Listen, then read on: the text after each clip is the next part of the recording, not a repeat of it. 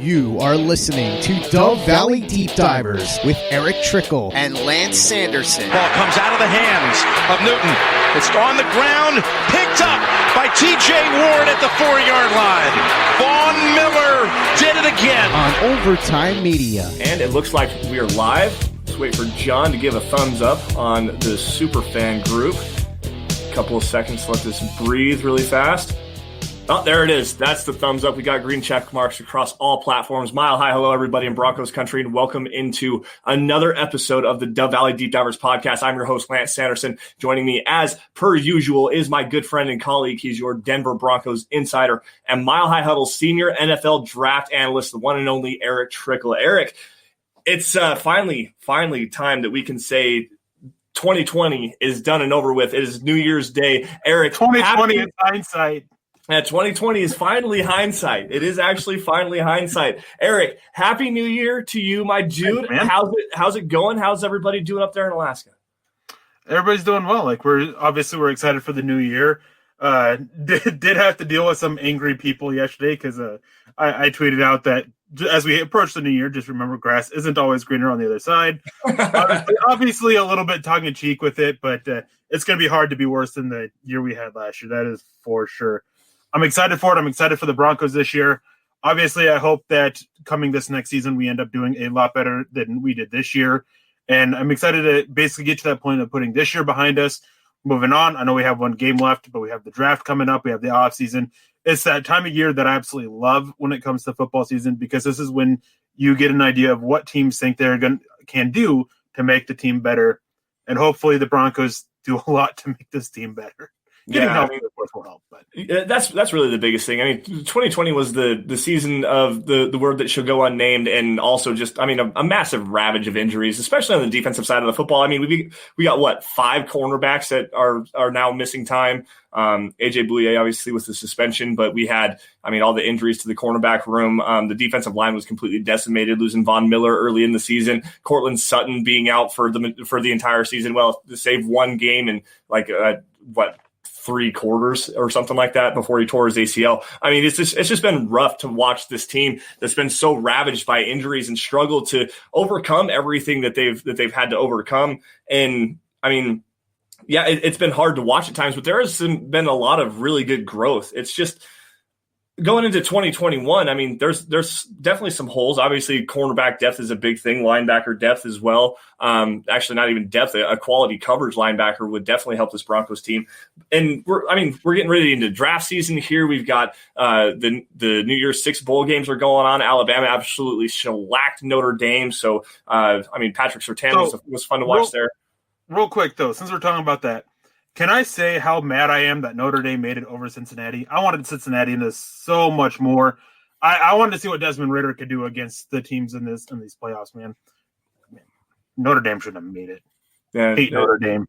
Florida would have been a better game, honestly. Well, actually, I don't know. I don't know about that. After watching Kyle Trask throw 3 interceptions to Oklahoma the other day, good gracious sakes alive, it was absolutely terrible. But I think that there needs to be some playoff reform regardless in college football.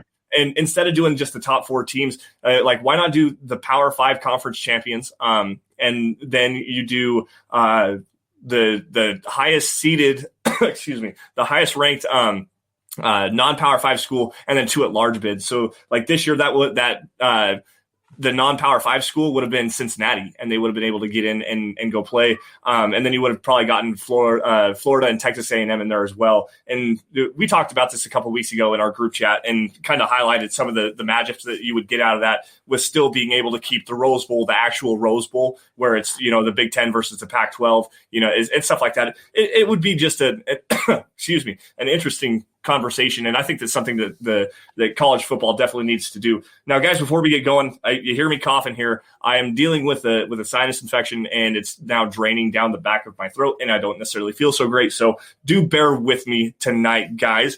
But before we get going, as always, just got to remind you guys, tonight's show is brought to you in part by sportsbetting.com.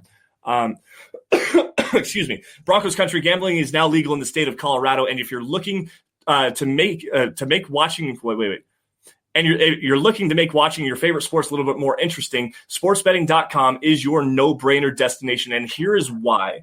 They have sharp odds and low juice, which means that they have in-house bookmakers and they're not a third-party provider of odds, and that reduced juice means that they have the best prices. They have hassle-free bonuses with a one-time rollover, meaning that the bonus money is yours after you bet it one time. Other sites, you got to go like 5 times, sometimes up to 30 different times of betting before you get that bonus money.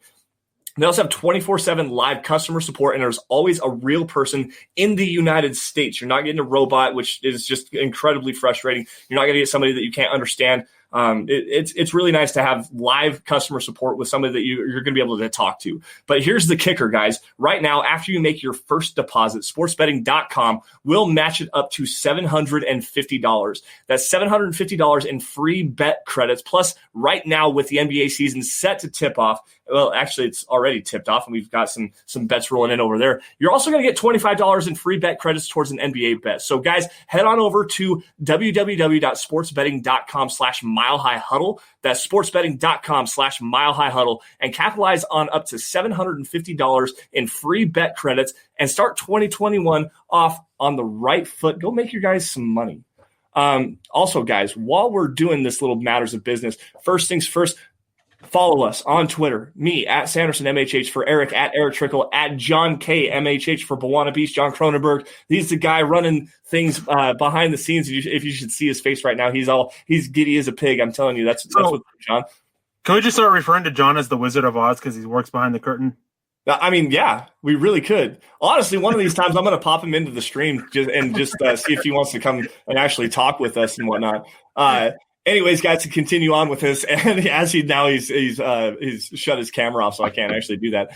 Follow at DVDD_pod is the easiest way to keep on with what's going on with the Dove Valley Deep Divers. Also, while you're at it, at Mile High Huddle, that's the mother account where you get breaking news and analysis on your Denver Broncos from your favorite Mile High Huddle personalities like myself, like Eric, like Nick Kendall and Carl Dummler, Luke Patterson, Chad Jensen, Zach Kelberman, the whole squad here at the Huddle Up Podcast Network. We throw our best written content throughout the offseason is coming up here soon. So this is going to be really fun. We got a lot of draft coverage for you guys. If you guys are financially able to do so, head on over gently to huddleuppod.com. Get your merch. That's the merch tent. Get yourself a hat. Get yourself a T-shirt. You got a face mask, a coffee cup, hoodies, something for everybody, for the guys, for the gals. You can even get a onesie for your baby if you want to. That's where you go get this hat right here, Dove Valley Deep Divers hat. We need to do another giveaway, Eric. One of these days we need to do that. And if not, guys, the easiest things you guys can do to help support the show is subscribe wherever you guys are watching this, YouTube, Facebook, Twitter, Twitch. Subscribe to Mile High Huddle. Like every video you guys see, and if you love it, share it. Get it in front of as many Broncos fans as humanly possible, because you guys already know we love and appreciate your guys' support. This is the Overtime Podcast Network. Another week, another Broncos loss, but this time to the Chargers. There's always something, though, to help brighten your week after such a tough loss, and that's Coors Hard Seltzer. Rooted in Coors' long history of sustainability as a brand inspired by a generation that wants to do good in the world with a mission to restore America's rivers.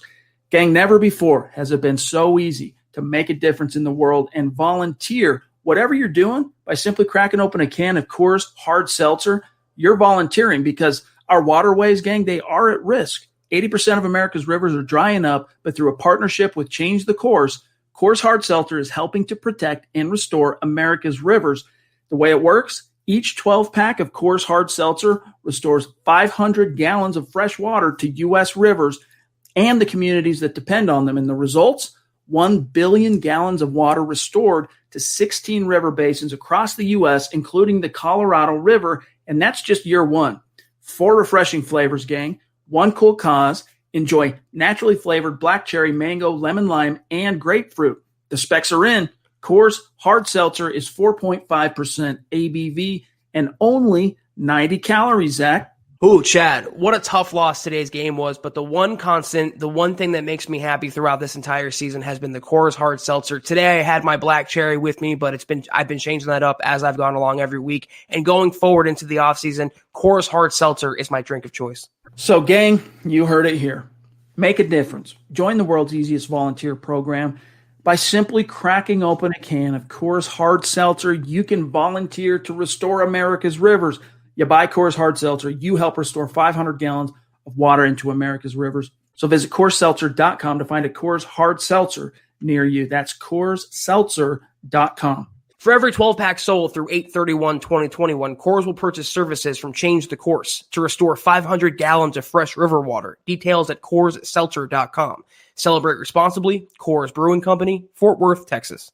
Now, with that taken care of, now that I can catch my breath for here for just a second, Eric, what was your most favorite moment? This is the show today, guys, is the top moments of 2020.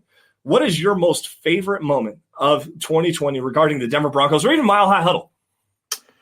The moment the clock struck midnight on December 31st and it became 2021, because then we can just put 2020 behind us. No, in all honesty, it's actually the fact that we actually got football. Like it was so nice, and we weren't sure there for such a long period of time if we'd get football, and it was needed. It was a needed distraction, and for the most part, it went pretty well. There was obviously a lot of hiccups, including that whole fiasco with the Broncos and the Saints game. But yeah, it's just that we got football. I mean, a lot of people needed it with everything that's going on, people losing jobs and stuff like that. It was a way to kind of step back and just lose yourself in a game for a little bit of time, which is always it's always nice to have that, to be able to do that, just step away from the real world and just invest yourself into sports. Yeah. To get away from everything that was going on with CV and stuff like that. And it's been rough all the way around. I mean, fortunately for me, not regarding the website and whatnot, I had the birth of my son that really kind of brought that bright spot into 2020. And then at the tail end there, I got engaged on Christmas Eve, guys. We didn't get to do a show last week. So I asked Samantha to marry me. Thank you, Eric. I appreciate that. So that was another big exciting thing. But just go through the course of the season. You had all the Hall of Fame baseball players died. There was like 8 or 9 Hall of Fame baseball players died. And baseball is a special sport to me. So that was just kind of bad. I mean, you had all of the celebrities that passed away. It's just it was a year of loss and everything like that. And with CV and everybody getting shut down, having to stay at home and whatnot, it's just hard to have to deal with stuff like that. And sports is the easiest takeaway. It's the best drama on the planet because it's not scripted. I mean, every single night you can watch. Thank you, Christos. I appreciate that. You can watch any sports game. It doesn't matter. At least in my opinion, you watch football game, baseball game, basketball, hockey. It doesn't matter. That's at least a release and a way for you to get away from everything that's going on in the negative in your life. And outside of me getting engaged in the birth of my son, I mean, yeah, there was some cool stuff that happened as well, but still, just the overcoursing theme of 2020 was pretty terrible. Now, to me, Eric, I've got that's actually a really good point, by the way, that we actually got to watch football this year. Charlie Beagle coming in here, and this is one that I'm going to go with. I have a few here that I'm going to kind of elaborate on. Charlie Beagle says, we returned a punt for a touchdown, and it wasn't called back. And that's actually my number 5. I've got 5 points here, guys. The Carolina game, that was a big, bright spot to me for this Broncos team, specifically regarding to the Broncos. It was what we could see if everything pans out and everything clicks with this offense, because there was a lot of explosive plays. You had the high octane energy that was coming with that. And it was the first time that we saw the Broncos play complementary football in all 3 phases. The offense was really good all throughout the entire game. And the defense, yeah, they were really good in the first half. But when the defense wasn't able to get a stop, the offense was able to go back and score points and make an answer. And that's complementary football. You also had the punt return for a touchdown early in the game that got everything started off on the right foot. And then, I mean, outside of Brandon McManus missing the extra points and whatnot in that game, the special teams actually played very well in their coverage units. Now, Eric, what do you think about that? I mean, it was definitely, if we're looking at the best game of the year, that was definitely the best game. Yeah. As you said, and you hit the nail on the head, is that all 3 phases of the Broncos team played in unison, really, and it just was nice and clean and sharp, and you saw the potential of what this team can be if certain things are done correctly.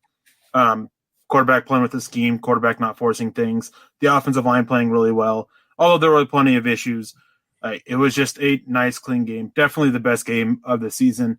Now, I want to take it to the other side of things and about the worst part of the year. And honestly, you kind of touched on it, and I touched on it earlier. It's dealing with all the injuries that the Broncos had. Like that is the worst part of the season of this past year, because hopes were high for the Broncos this season. Yes, they were. And losing guys like Von Miller and Courtland Sutton, obviously those are huge. But I mean, you lose Mike Purcell, you lose Jarrell Casey, you lost Shelby Harris there for a while, you lost Draymond Jones there for a while, and some good came out of that. We got to see guys like Deshaun Williams just really emerge, and he looks like he can be something as a good depth piece for the Broncos or any team going forward. And just all the injuries elsewhere. I mean, we had to deal with AJ Boye, but fortunately, Michael Ojemudia stepped up a little bit. He looks like he has a promising future. And Asang Basi, he stepped up a little bit, but then he got hurt. Bryce Callahan, he was playing, in my opinion, he was playing at an all-pro level before he got hurt. Yeah. So, like, the injuries are the worst part of it, but it was helped a little bit because we did get to see some players step up some at some of these positions. Other positions, not so much because there was no quarterback that stepped up. Yeah, that was probably the biggest negative to me, was the fact that we didn't see what we needed to see out of Drew Lock this year. And yeah, over the last few games, and I don't want to go and beat this drum again, over the last few games, he showed a lot of improvement, and it made me change my tune just a little bit as far as him not being the guy. He's not the guy yet is the biggest thing. And he's going to get an opportunity to go in and compete for the starting quarterback job in 2021. But at the same time, I had so high expectations for Drew Lock this year, especially after watching that 5-game sample size we had last year. I mean, I understand the offseason wasn't exactly the way that everyone plans out. And I understand that there's so many different protocols. Training camp was cut short and everything like that, and they're working on everything. But at the same time, you've got to see some kind of actual palpable growth. And with Locke this year, that was probably the biggest negative to me, was the fact that we didn't see the growth that we needed to early enough in the season, early enough in that sample size for me to be confident and sold on it. And I mean, it's like, this is one's going to maybe run over your head a little bit. It's like the notorious B.I.G. said, if you don't know, now you know. That's the thing. So we're at that point now where we still don't know. So what does that tell you? Well, we pretty much know Drew Lock is going to be at least in a competition for next year, but he might not end up being the guy ever. Like we'll have to figure out, we have to be a little bit more patient with it and everything like that. But if you don't know, now you know. And that's the biggest negative to me. Speaking of development, the other one that I want to get to here is watching KJ Hamler develop. And as the second round pick for the Broncos in 2020, yeah, you want to have that second round pick be a high impact player, but with Courtland Sutton in tow, he was not actually designed to have, that was never the thing. They wanted him to get healthy. He had a hamstring injury going into the combine. He didn't run at the combine, didn't do any of the offseason stuff, didn't have a pro day. So they wanted to see him develop, and they wanted to see him grow up. Well, then Courtland Sutton tore his ACL, and he was forced into the limelight. And you know what? For a guy that wasn't supposed to have a major role with this team this year, KJ Hamler has been absolutely spectacular. He had that 2-touchdown game against the Panthers. He looks really good as a deep threat. I wish they would utilize him a little bit more in pre-snap motion and get him utilizing that speed more than the route running ability. But that's probably the biggest thing that I took away from his performance, was the fact that he was able to start creating separation on a consistent basis. Something that, and not only using his speed, he was actually running high quality routes towards the end of the year. And for me, that's a big thing, because the stop and start, the direction change that he has, the ability and the athleticism that he has, he can turn into a really, really dynamic weapon. And to see him come in his first year and have a lot of success, even though there were some struggles with drops, that was a big bright spot to me. I mean, definitely. And I can't say I disagree. I mean, he came in and originally they just had a few plays designed for him. I mean, behind Tim Patrick, Courtland Sutton, Jerry Jeudy, and even Deshaun Hamilton, there wasn't a big role for him. Then Courtland Sutton goes down. He was dealing with an injury, and he came back, and was it all perfect? No, and it wasn't going to be. There was going to be these issues. We saw the issues with drops. We saw these other issues, but he has been making pretty good progress for most of the season. And another bright spot is going to the offensive line, and this is one that you and we get to pound our chest on this a little bit, and that's Garrett Bowles and the development that he's had. And him, I think probably one of the best things was the story about him and his wife working at home. His wife would be the pass rusher, and he'd just sit there and work on technique. That was great. Yeah. a great piece for it, and he's been the lone bright spot on it. Lloyd Cushenberry, he's really struggled. Glasgow, he's been solid, but I mean, he's had issues trying to handle all this stuff at right tackle. He's helping out DeMar Dotson in the run game, and then he has to help out Elijah Wilkinson in the passing game, and he also has to help out Lloyd Cushenberry, who a lot of times has been caught doing nothing. And Nathaniel Moody, he showed that he has a bright future as a run blocker, but he had a lot of issues in pass protection. And Dalton Reisner, he just, at the end of the day, he just kind of wasn't what he was last year, and he didn't take those needed steps forward.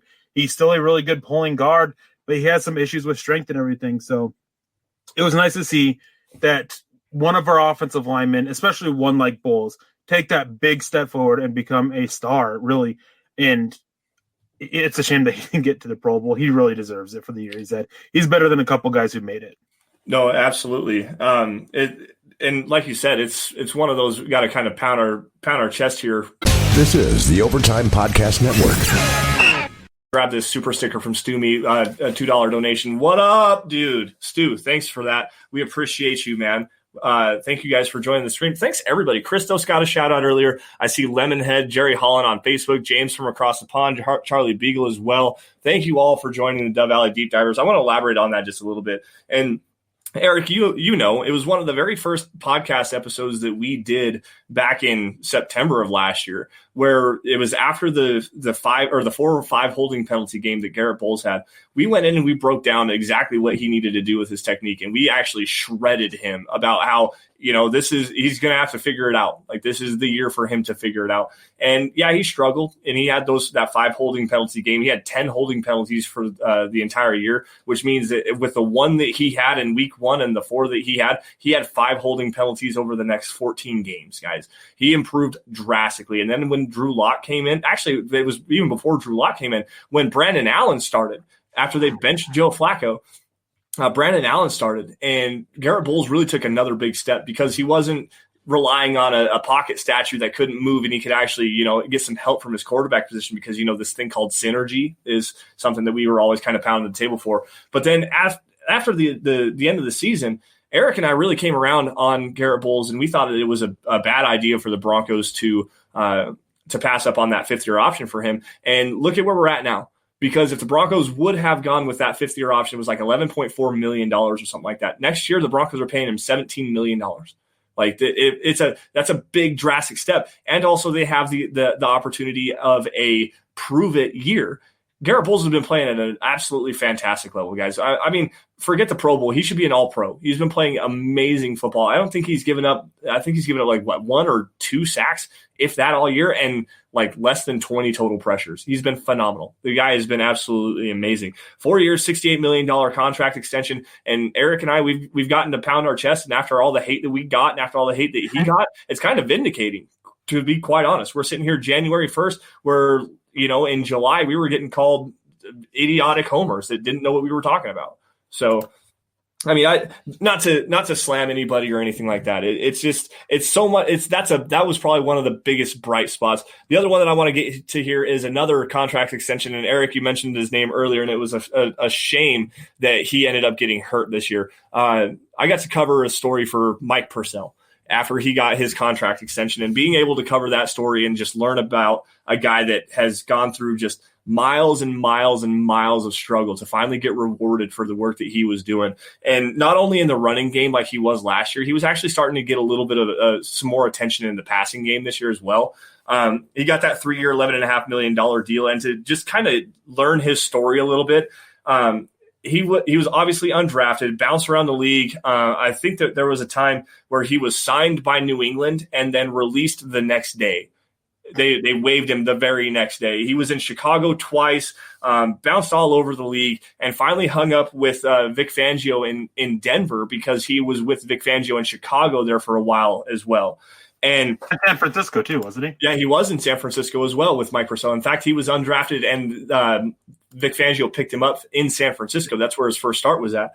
But so after he left Chicago, and that was when the Alliance of American Football came up, and he was with the Salt Lake City team. I don't remember the team name, but after the AAF went defunct, Mike Purcell actually wanted to be a firefighter. His lifelong dream was to be a first responder, and he wanted to become a firefighter. He was actually taking firefighter classes while he was with the Salt Lake City Stallions, I think is who it was.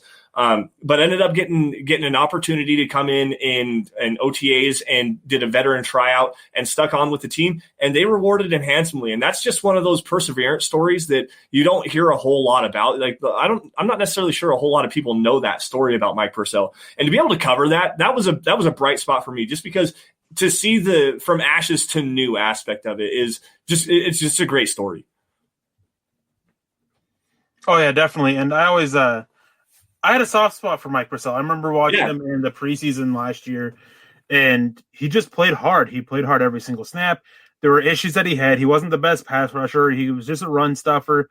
But Denver needed that, and he was the guy in the middle who brought that. And Denver's run defense after the week 4 when they made those changes, Denver's run defense got quite a bit better, and he was a big reason for that.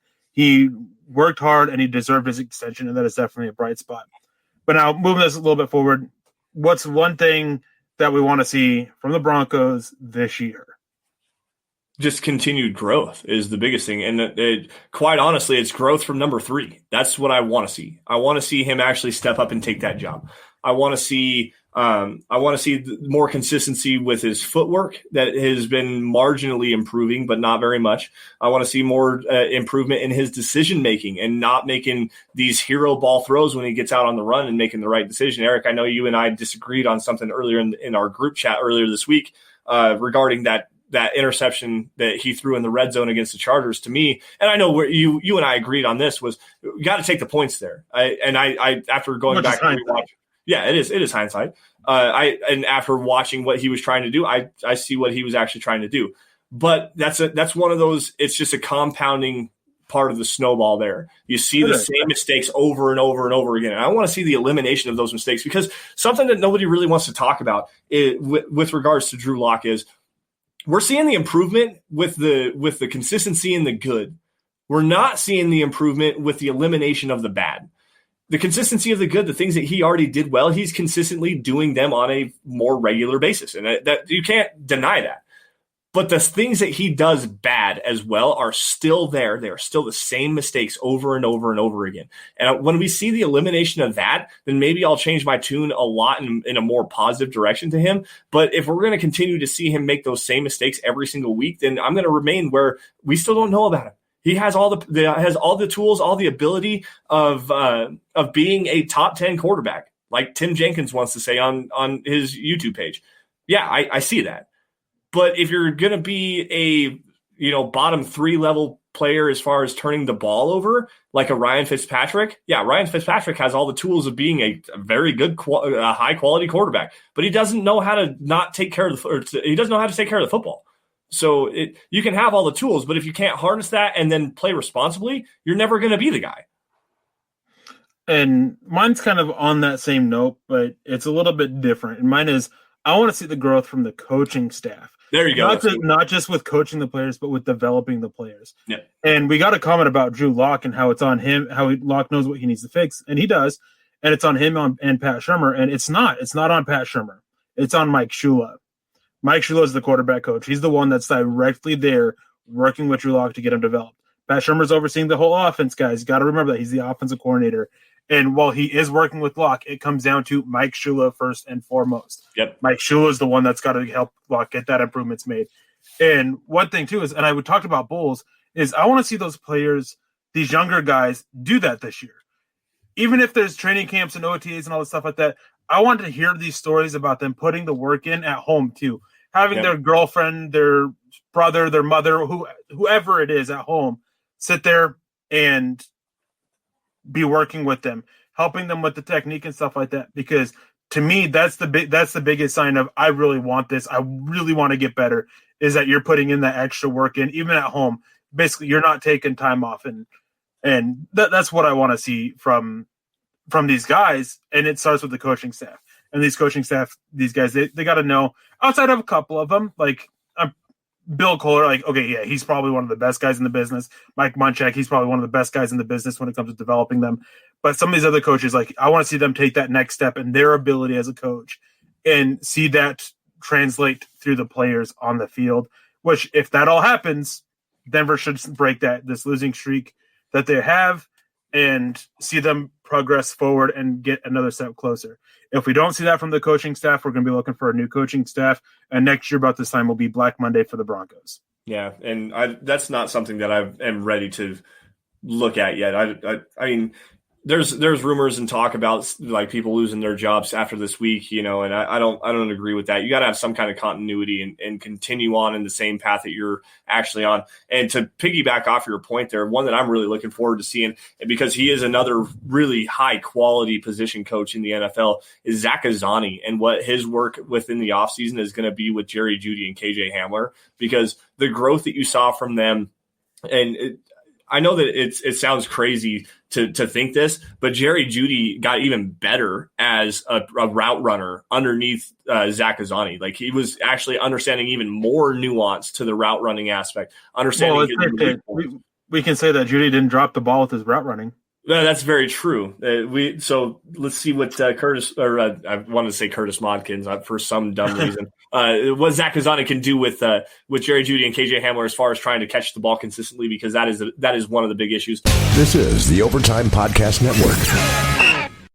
Before we continue this on, Eric, I want to do something really special here. Super Chat Superstar, one of the greatest supporters of the show, of not only our show, of the entire Huddle Up Podcast Network, Black Knight, coming in here. He says he wants to say thanks for all the support, and he's still trying to process this. Black Knight, I heard you lost a family member just the other day, and I want to let you know that if there's anybody you want to reach out to and talk to, we're here for you, man. We love you. We appreciate your support. We're all family in this, and if you need anyone to talk to, we're with you as Bawanabe. Stay strong, man. We are deeply sorry for your loss. We really are. Losing a family member this time of year is always rough, and not this last Christmas, but the Christmas before last. So 2019, I lost my grandmother on Christmas Day, so I kind of get a sense of what you're going through. So if you want to reach out to me and just talk, or have an ear to listen, somebody to listen to, I'm here for you. Like, thoughts are with you. And sorry for your loss, man. Yeah, I know you're on Twitter. I know you follow us, so reach out. My DMs are open if you need someone to talk to, and I'm more than willing to be able to be that person for you. So, anyways, guys, we'll continue on with our conversation here tonight. Chase Wellner coming in here. I just had a thought about Fangio. How many head coaches call defense like he does?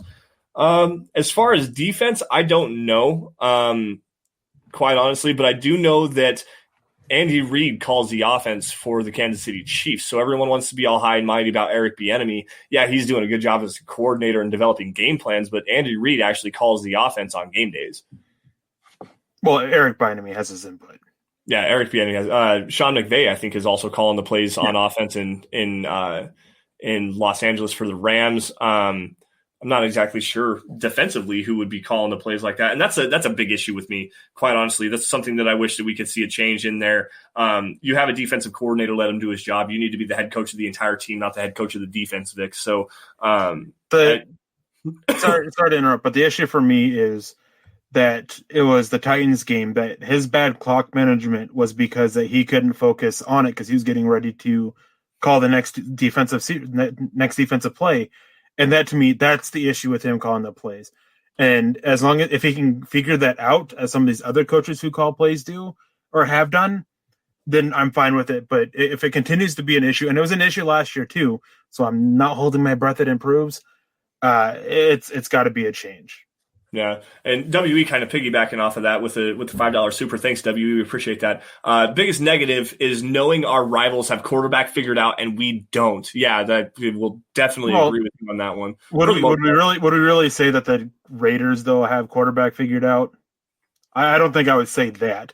Derek Carr is all right, but he's not a guy. He's not going to take him to the promised land. No, he needs a lot of help around him, and they have the offensive line and the running game to do so, and he's going to need some help defensively. That's the biggest thing. They've got the weapons in place on the offense, and he can orchestrate the offense and actually make it work. But when you are scoring 24 points a game on offense, yeah, you think you're going to be in at least a decent position to win some games, but your defense is giving up 25. So it's this will be interesting to see how this actually shakes out, because I think the Broncos are actually in a very similar situation with the Raiders right now. It's obviously going to depend on what happens with Drew Lock and how he develops. But at the same time, they need to reload on the defensive side of the football, get some youth there and get some more depth defensively. But they have all of the young pieces on the offensive side of the football. And the offensive line has actually been playing very well, guys. Like that's something that we don't give enough credit to, is despite the struggles of Lloyd Cushenberry and Graham Glasgow having to cover for Cushenberry at the center position, and also the rotating door that seems to be the right tackle position, the Broncos offensive line is not playing bad football by any stretch of the imagination. So they've got at least the key pieces in place offensively. The Raiders, the same way. They at least Derek Carr, they know what they're going to have with him, and he's going to be at least decent enough to help them win some games, not win you games, help you win games. But they really need to reload on the defensive side of the football. To the second point of this, with as far as you piggybacking, the situational coaching, it's not only the timeout situation that we saw in Tennessee. There was some very questionable. Why are you not challenging the spot of this, Vic? Like, it was very clear that he was short of the first down. Why are you not challenging the spot of that? Putting in the I think the Buffalo Bills game, there was one in there. There was another couple, I think, in the Kansas City game, the second Kansas City game. So the situational coaching, as far as being a head coach, that's your job. That's job description number one, being the head coach of the entire team and managing the game as a whole, instead of focusing on what defensive play call you have lined up for this, fourth and short, when it should be, or for the next first down, it should be, well, why are we not challenging on third and one, and they were very clearly short at the 45-yard line. Now they're going to be punting. Instead, we're focusing on what we're playing on first down. Like, no, come on, man, pay attention. Let's get everything kind of figured out and be the head coach of the entire team for once. I really, really appreciate that. So I want to grab this comment from Charlie Beagle real quick. I saw it earlier, and it says our first pick will be from 10 to maybe 16, so top QBs will be gone. Any decent vet is beyond our price range. So what? Denver's range is 5 to 15. They can't get 16. And it really depends. The most likely spots are with a loss, they'll probably land 8 or 9. And with a win, they'll probably land 12 or 13. That's where all the projections have them being. But yeah, the range is 5 to 10 or 5 to 15. I mean, and as for that, I think that there are some, I don't want to say decent veteran quarterbacks, but I think that there's some quarterbacks that they're eyeing that they think they can get within their price range. Unfortunately, Andy Dalton seems to be one. I wouldn't be surprised if Alex Smith is a name that you hear. Could possibly hear of Phillip Rivers. And I don't think Matthew Stafford is a big option for them, but depending on what happens with coaching staff, that's the big thing. Obviously, Detroit and Atlanta, there's going to be changes at head coach. If they come in and this new coaching staff says, hey, we want to blow it all up and completely start over, they may be willing to eat that dead money that they would with moving on from Matthew Stafford and Matt Ryan. I could see Denver possibly being in on that, but that is so situational and dependent on what they do at head coach. I think a guy like Andy Dalton, Alex Smith, Nick Foles, I think guys like that are probably more likely that Denver brings in for that backup job. But not great options at all. By no means are those great options. No, the one that's intriguing, and I can't find the actual comment. Gardner Minshew would be one, but that's like if you're going to have an out and out. There it is. From Trevor Sandell, just a quick question. You guys think they'll pursue a Minshew-type hedge quarterback in the offseason? My big goal, and this was before the Jets decided they were going to win a couple of football games, was to pursue Sam Darnold. Everybody kind of knew, at least a few weeks ago, that they were going to have the number 1 overall pick, and it was going to be Trevor Lawrence. Well, now, obviously, they're going to be picking number 2 overall, and I'm not sure that they're sold on Justin Fields at all. If it was Trevor Lawrence, that's one of those ones you absolutely have to take that guy. Like, it's quite honestly, he's a generational type of quarterback. And if they do take Trevor Lawrence, Sam Darnold would be probably put up for sale so they can recoup some extra draft picks, preferably this year. For the Broncos, without having a whole lot of holes, and they can go address a lot of the stuff that they do need to kind of bolster their roster as well. In free agency, if you give a 3rd and a 5th round pick for Sam Darnold this year and let him compete with Drew Lock while they're still both on rookie deals, I mean, I don't necessarily think that would have been a bad idea. Gardner Minshew is not one that I'm necessarily looking forward to It would be such a style difference from going with Drew Lock and Gardner Minshew. I just don't see it. I don't see it actually happening. Excuse me, Eric. Take over for a second. Yep. Yeah, I mean, Gardner Minshew, he's definitely interesting because he's a smart player, but just the tools and the traits that he has are just so different. You have to really change up kind of what you do on offense for it. I mean, Denver, obviously it could be an option because it's not like it's that different of a situation from going from Drew Lock to Brett Rippon or Jeff Driscoll to Brett Rippon. All three of the quarterbacks Denver has this year have very different skill sets. So it still could be. I don't think that's ideal because if Drew Lock gets hurt, you don't want to have to completely change your offense. I think that was one big issue Denver had early on this year was that in such a short span of time, they had to basically have three big changes to their offense because of the change at the quarterback position. So I'm not really set on that. And there was one other question here that I really wanted to grab to, and it was from NorCal91. Any thoughts on safety in the second round? My top safety is Paris Ford. He might crack that first round. I think second round is probably right there for him. But Morig from TCU is a guy who I also really like. Yeah. He's more of a single high, but he can definitely work in that cover two that Vic Fangio runs. And actually, I have a video coming on 5 fits that the Broncos can look at in the draft at safety. I'm doing it for each position. Linebacker, cornerback, and I can't remember what the other position is. Maybe it is safety. Yeah, safety is actually the one that is yet to be produced. So it should be coming really soon, probably today or tomorrow. And I talk about Paris Ford, Javon Holland from Oregon. He's another one who I really like. He's that jack of all trades. I think that he can be a really good fit of either replacing Kareem Jackson if they decide to move on, which I don't think they do, or replacing Justin Simmons. Richie Grant is another one. Yep. It's a really good safety class this year. I really love what this class is. And same with off-ball linebacker. I think that the last few years, these two positions have been kind of a little bit weaker, but I love these classes this year. I think that they're really full with talent and potential, and there are plenty of options for Denver to go get that safety guy.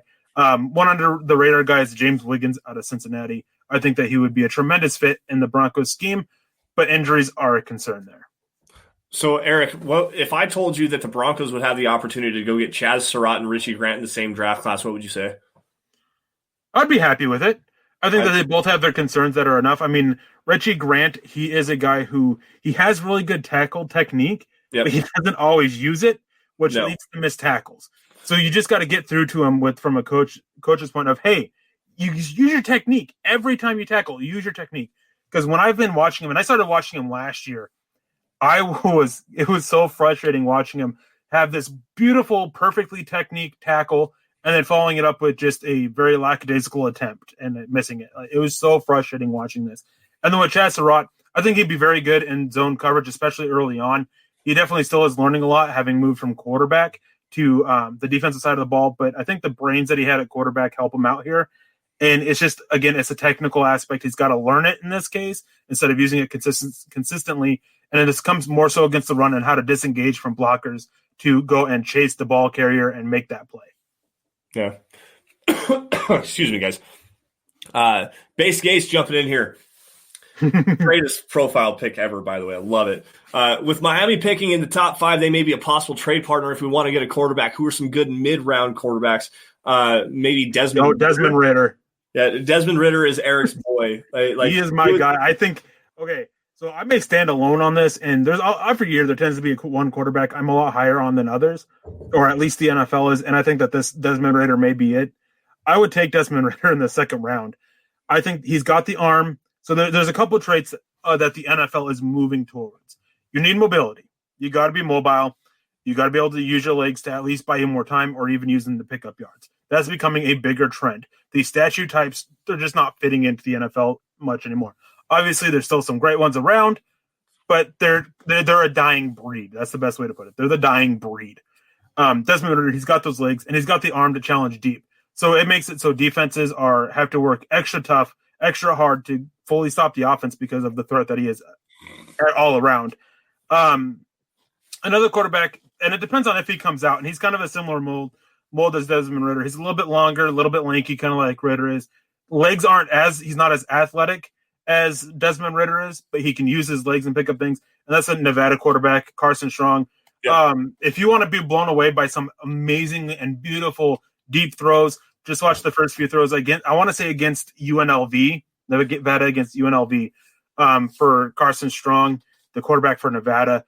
He's only a redshirt sophomore, I believe. There's been some conflicting reports as to if he'll actually declare or not.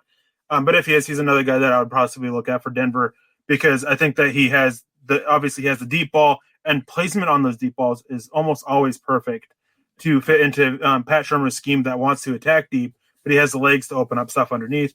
And he does all right finding the stuff finding the passes and stuff underneath. In that 10 to 15 yard range, placement is a little bit more off, but that's something that can be coached up and worked on. Yeah. What's that quarterback out of Liberty, the one that Nick was so high on? Malik Willis. Malik Willis, that's it. What did he say? Lamar Jackson light, essentially? Yeah. So a very athletic guy, decent arm, not very much touch is pretty much what I'm seeing out of that. But still, Lemonhead, how about Jamie Newman? I like Jamie Newman. I was a little bit peeved that he opted out after transferring to Georgia. I wanted to see what he can do with some of the players that they have on Georgia and against some of those defenses. Smart guy. The legs are all right, good enough for the NFL, and he's smart with his reads, and he's not a guy that he won't really push the ball, though, and I think that's my one big concern with him. When he does try to push it, there's obviously some issues with the arm strength and everything. But working that kind of a dink and dunk type offense, I think he can work very fine in doing that. And I mean, with the pieces that Denver has with Cortland Sutton, Jerry Jeudy, KJ Hamler, Tim Patrick, Noah Fant, they could really use a quarterback like Newman and work well with the dink and dunk style offense. Yeah, that's fair. I want to go back to that question from Base Case really fast regarding the Miami Dolphins at 3 and potentially be like a possible trade partner. Let's go back to number 2 overall one time and the New York Jets, because again, like I said, it sounds like they might be willing to, recoup some more draft picks because they know they got a lot of holes. If you can possibly swindle the number 2 overall pick out of the New York Jets, Trevor Sandell coming in here, and he says the only first-round quarterback I think would be a good get would be Zach Wilson from BYU, but it's not likely to happen. That would be the case. If the Broncos were actually willing to move, like to mortgage the farm and move a couple of first- and second-round draft picks to go from, let's say they get to 7 or 8, which is a high possibility. They lose to the Raiders, that's probably going to be about where they're at, 7 or 8. You give up a couple of first-round picks, a couple of second-round picks to either Miami or to the New York Jets. That's an option right there. That definitely is an option. And it also goes into what both of those teams kind of want to do. The Dolphins aren't quite in that same rebuild. They lucked into this pick because they robbed the Houston Texans for Laramie Tunsil. And they ended up getting the number 3 overall pick out of it, or number 3 or 4, whatever it is. I think number 3. But anyways, they're not quite in that we need to completely rebuild. But you know what? If they can trade back into 7 or 8 range, get a Devontae Smith, a Jalen Waddle, a Jamar Chase, something like that to help with Tua Tagovailoa, reach into the second round and go get another safety because they need another safety as well. I mean, there's a couple of different things that Miami could do there. And with the Jets as well, they just need pieces everywhere. So if they're willing to take a couple of high round draft picks and move down in this draft class and help bolster around their young quarterbacks, I mean, why not? I don't necessarily see the Broncos doing that. I would probably put that at like a 5% chance of actually happening right now, but we'll see. I mean, it's definitely a possibility. So the biggest thing when you talk about the Broncos moving up is you got to evaluate the cost. And when it comes to moving up, when it comes to trading picks, John Elway is rather stingy. And on the flip side of it, when he's trying to move down, he doesn't always take the best of offers. Sometimes he will, but not always. Sometimes he'll take less value than he could actually probably get. But it's hard to really judge because, I mean, if there's a player that you really don't want to take there, if you don't want to reach for one, if guys aren't on your board, that's all the talent that's there, and your next highest guy is rated 15 picks lower, and you have a chance to go get that, I mean, and there's only one offer, obviously you might take it instead of just taking that reach, get that extra pick or two, whatever. It's hard to say. But, yeah, it's just I don't think Elway jumps up. I don't think he doesn't seem to be a fan of moving up in the draft. I think there are some times where obviously it depends. I mean, there was interest in him moving up back in 2018. He wanted Sam Darnold or Baker Mayfield, but it just came down to cost. He wasn't willing to give up enough. And that should say a lot because look at what the Jets gave up to get up to number 2 for Sam Darnold, and Denver wasn't willing to beat that.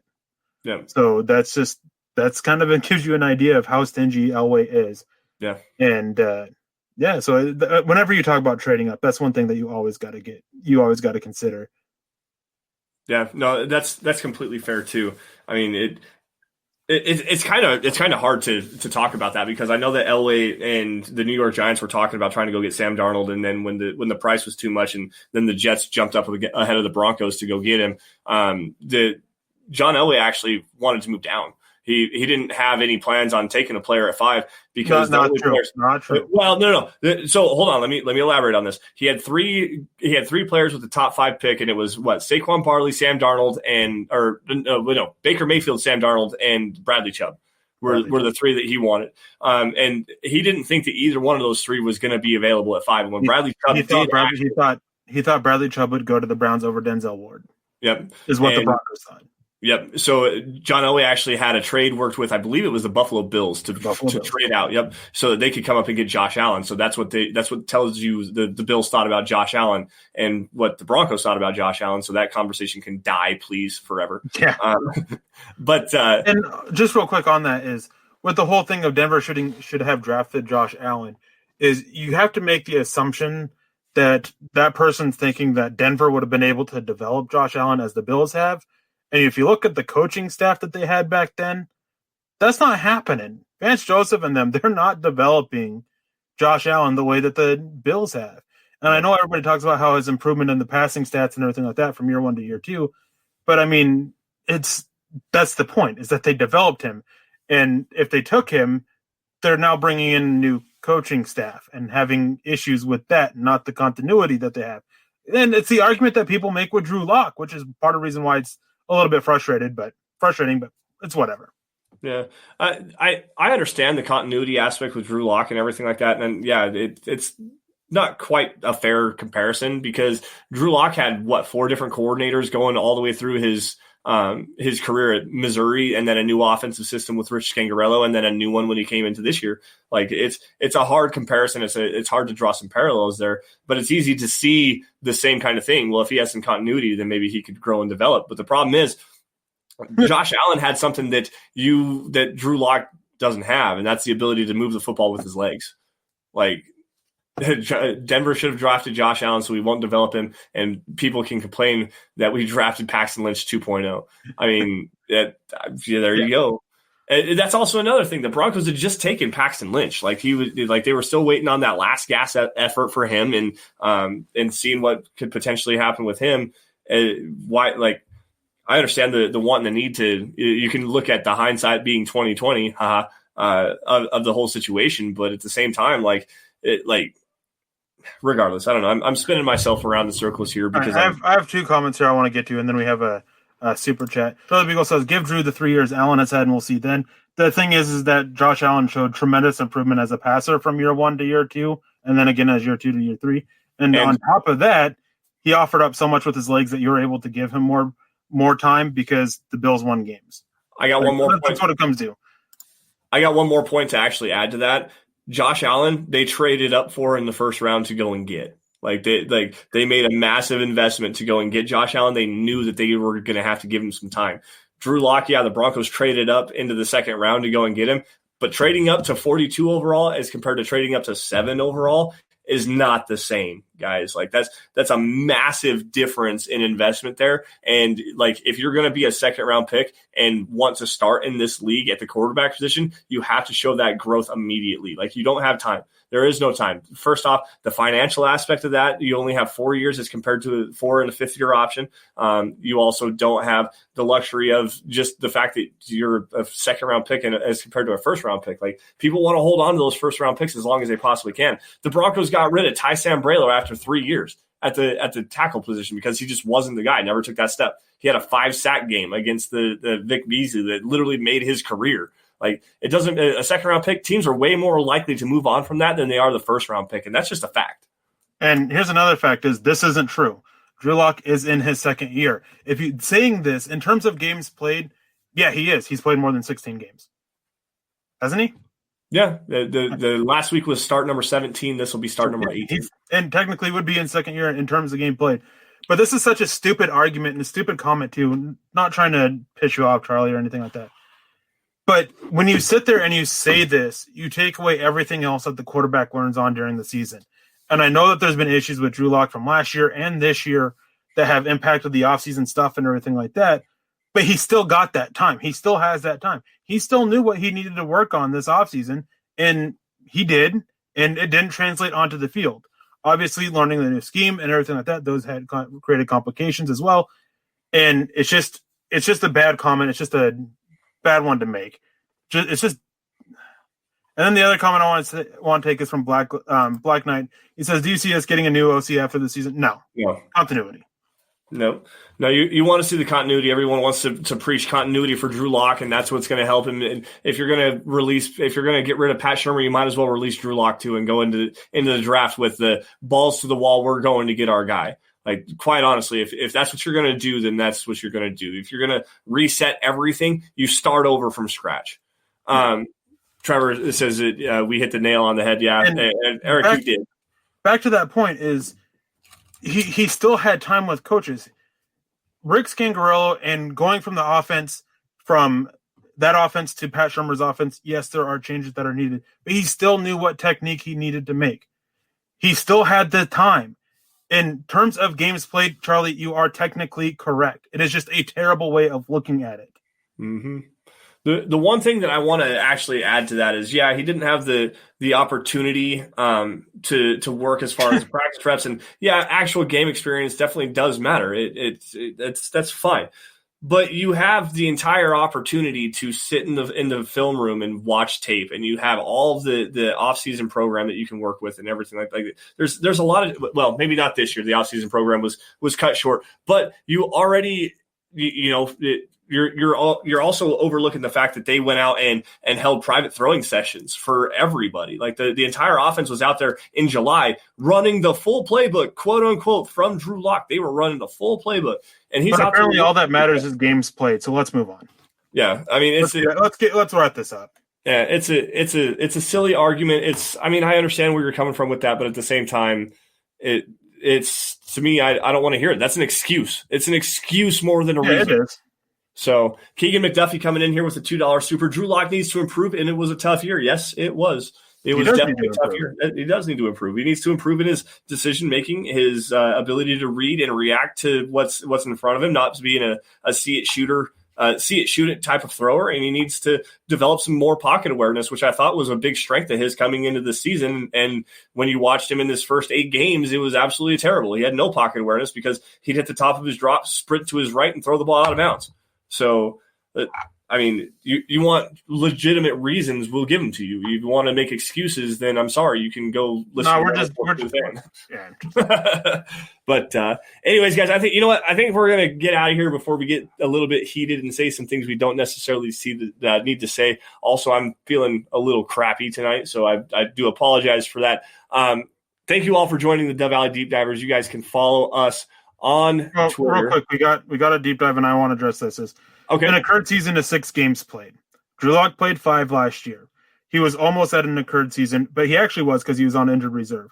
If it was by games played, things would be a lot different in the NFL. Doesn't matter how many games you played if it's a season or not. Drew Lock is at the end of his second year. Plain and simple. You want to complain about that, right to the NFL because they're the one who said it that way. Yeah.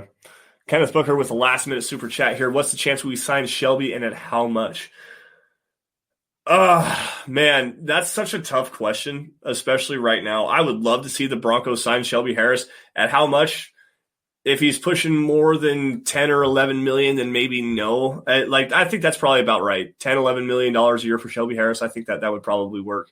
I hope so. That's where I would at least hope that they settle on. I think he's going to get probably 13 or 14, which is unfortunate because the Broncos aren't going to be willing to pay that. I don't think he'll get that much.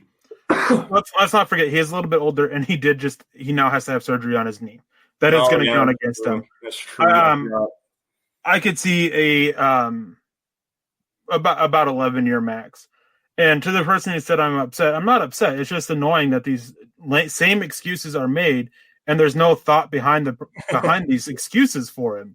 That's all it is. Isn't an excuse for Drew Lock? Oh, he hasn't played in 16 games, so that doesn't count as season. That's not how it works. It's not. That's not how the NFL recognizes it. That's not how anything of that is seen. Doesn't matter how many games you played in a season, just counts. All right. He's had 2 years at least in an NFL building. Let's just put it that way, because that is the full God's honest truth. Anyways, guys, thank you all for joining the Dove Valley Deep Divers podcast. You guys can follow us both on Twitter by finding me at Sanderson MHH, for Erick at Erick Trickel. Follow at DVDD_pod for the easiest way to keep up with what's going on with Dove Valley Deep Divers podcast. At Mile High Huddle for instant news and analysis on your Denver Broncos, featuring all of your favorite Mile High Huddle personalities. If you guys are financially able to do so, head on over to huddleuppod.com, get yourself a hat, a t-shirt, anything to suit your fancy. Facebook users, become a supporter. Go to facebook.com/Mile High Huddle, click the blue Become a Supporter button. That's another great way to show your love and support for Mile High Huddle and everything we do. And guys, if you're not able or willing to do that, the 3 easiest things, everybody should be doing this now. I mean, this is the truest call to action. Subscribe wherever you guys are watching, YouTube, Facebook, Twitter, Twitch. Subscribe Apple Podcasts if you want to. Like every video you guys see, and if you love it, share it. Like, if you love this episode, even though we get a little fired up at the end of it, if you love this episode, share it to everybody. If you like it, Please, everybody click that like button. We appreciate that more than you will actually know. Now, Erick, before we get out of here, as I always say, any last words? Yeah, actually, just a couple announcements. I know that there's something special from all of us with the Huddle Up Pod crew. Yeah. Chad, Zach, Nick, Luke, Carl, all of us in 3-4 weeks from now, 3 weeks from now. January 22nd, so it would be 3 weeks from now. Yep. So 3 weeks from now, 2 weeks from now, we're trying to get Nick Kendall on to join us for something special for my birthday podcast. Can't believe I'm going to be 29 years old on 2 weeks, but man, I turned 33 weeks ago. You old. I know, right? But we have a couple special things coming up, and obviously with the season almost over, I think that starting next week, really, we'll probably recap a little bit of the Raiders game, but start expecting draft stuff here on out, guys. Yep. Ready for it, even though we've been talking about it for a while. Yes, we're shifting our focus completely.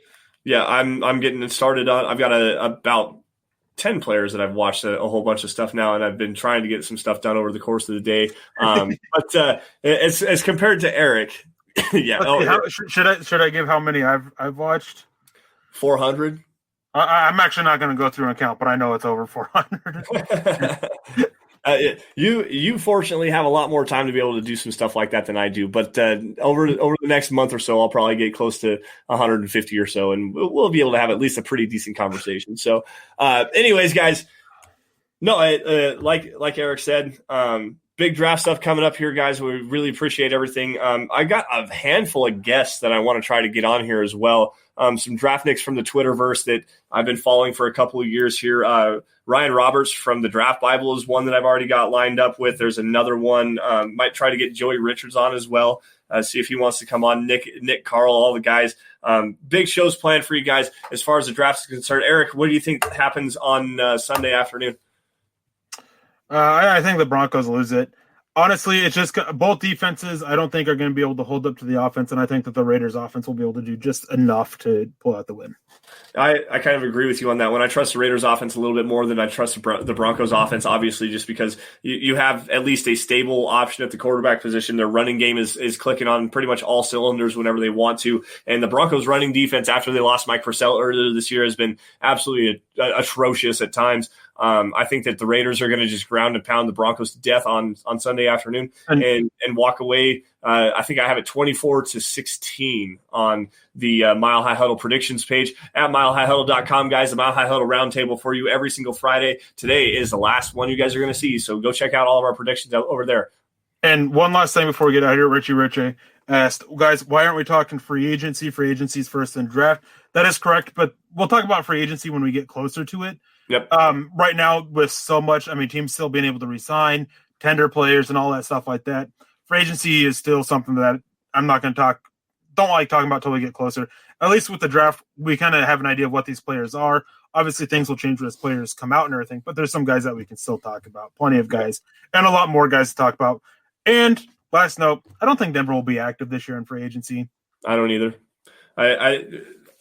I think they're going to take the money that they do have and re-sign some guys, but they're not going to go out and spend a whole lot of money. But also, free agency happens before the draft, but you know what happens before free agency? This East-West Shrine game, the Senior Bowl, and the scouting combine. Not happening this year. Oh, it's not? Oh, damn it. I'm pretty sure I saw the announcement that they weren't doing it.